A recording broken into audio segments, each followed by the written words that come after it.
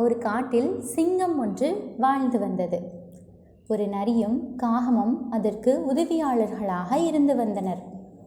சிங்கம் வேட்டையாடி உண்டு முடித்துவிட்டு சென்ற உணவை காகமும் நரியும் உண்டு மகிழ்ச்சியாக வாழ்ந்து வந்தனர். சிங்கத்திற்கு வயதாகிவிட்டதால் அதனால் வேட்டையாட முடியவில்லை. மற்ற விலங்குகள் உண்டு விட்டு சென்ற உணவை உண்டு வாழத் தொடங்கியது.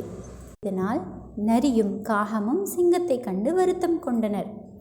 இருவரும் பேசிக்கொண்டிருப்பதை கேட்டுக்கொண்டிருந்த மான், எனக்கு உடல் நிலம் சரியில்லை, அதனால் நானே சிங்கராஜாவிற்கு இரையாகிறேன் என்று கூறியது.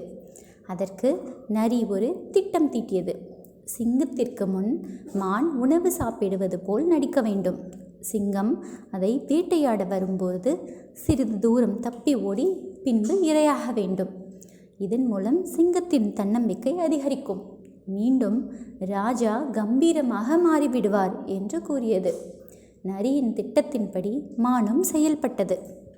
சிங்கமும் அதன் மூலம் தன் பழைய கம்பீரத்தை மீண்டும் பெற்றது.